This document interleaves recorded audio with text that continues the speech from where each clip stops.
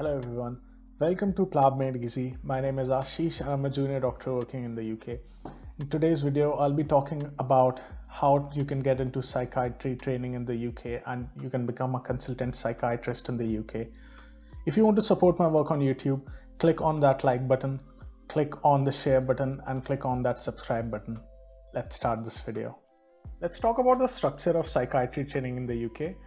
So after you get your MBBS degree and you complete your foundation years, which is your internship years, you can apply for core psychiatry training. And this is similar to MD in India. So the core psychiatry training is for 3 years. That is CT1, CT2 and CT3. CT is core training. And during this time, you can appear for the MRCPsych Examination, which is membership of Royal College of Psychiatry examination.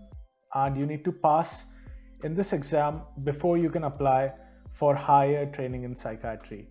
So the higher training in psychiatry is again for 3 years, and those years are ST4, ST5, ST6. ST is specialty training, and once you complete this higher psychiatry training, you can get CCT, which is certificate of completion of training, and then you can practice as a psychiatry consultant in the UK. Let's talk about the MRCPsych examination in a bit detail. This is one of the examinations in which you'll have to pass before you can apply for higher specialty training in psychiatry, and this is a must. So you'll have to appear in this exam and pass all the parts before you can apply for higher training. So there are 3 parts of this examination. The part A is a 3 hours paper and it consists of 150 MCQs or multiple choice questions and EMQs, which are extended matching questions. The syllabus is as follows. It includes behavioral science and socio-cultural psychiatry, human development, basic neurosciences, clinical psychopharmacology, and classification and assessment in psychiatry. The next part is paper B, and this is again a 3 hours paper and it consists of 150 MCQs and EMQs. The syllabus includes organization and delivery of psychiatry services, general adult psychiatry, old age psychiatry, psychotherapy, child and adolescent psychiatry, substance misuse/addictions, forensic psychiatry, psychiatry of learning disability, and critical review. The next part is called the Clinical Assessment of Skills and Competencies, or CASC, and this is an OSCE type examination which consists of 16 stations. 5 of those stations focus on history taking, including risk assessment of patients. The next 5 stations are focused on examination, both physical and mental state examination, including capacity assessment, and the next 6 stations focus on patient management. This is the summary of the whole training program. So as you can see here, there are 3 CT years or 3 core training years, after which you'll have to appear in MRCPsych Examination, which is the membership of Royal College of Psychiatry examination. And once you pass in this examination, you can go for higher training. The higher training can be in all of these branches, and these include forensic psychiatry, general adult psychiatry, medical psychotherapy, old age psychiatry, psychiatry of intellectual disability, child and adolescent psychiatry, and liaison psychiatry.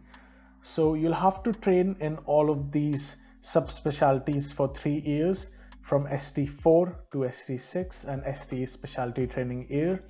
And once you finish your training, you get CCT, which is certificate of completion of training, and then you can become a fully functional and independent psychiatry consultant in the UK.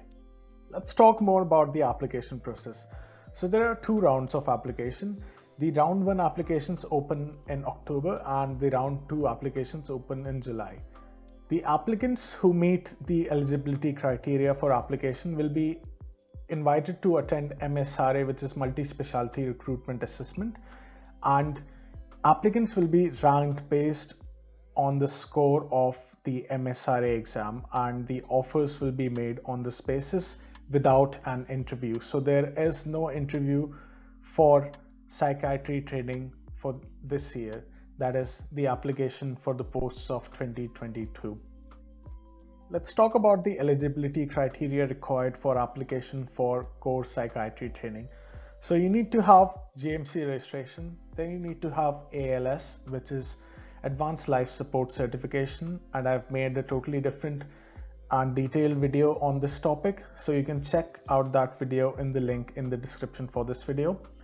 And after this, you need to have evidence of achievement of foundation competencies, which can be through 3 ways.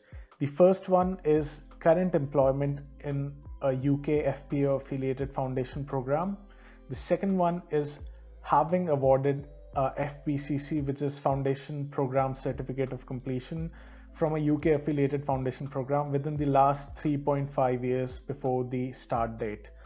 And the third way is 12 months medical experience after full GMC registration, and then you can get a CREST form signed by the consultant with whom you have worked for the past 3 months, and then you can achieve your foundation competencies, and then you can apply for core psychiatry training. Let's talk about how competitive it is to get into psychiatry training in the UK.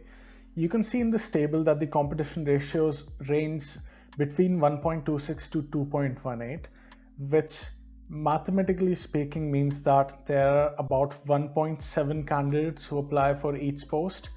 So you can see that psychiatry is one of the easier specialty to get in the UK, and it is not very competitive in comparison to other specialties like neurosurgery, trauma and orthopedics, or radiology, and this is one of the easiest specialties to get in.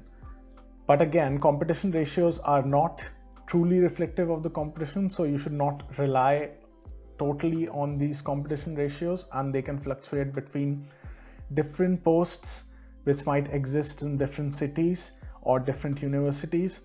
But this is a very gross approximation of how much the competition can be.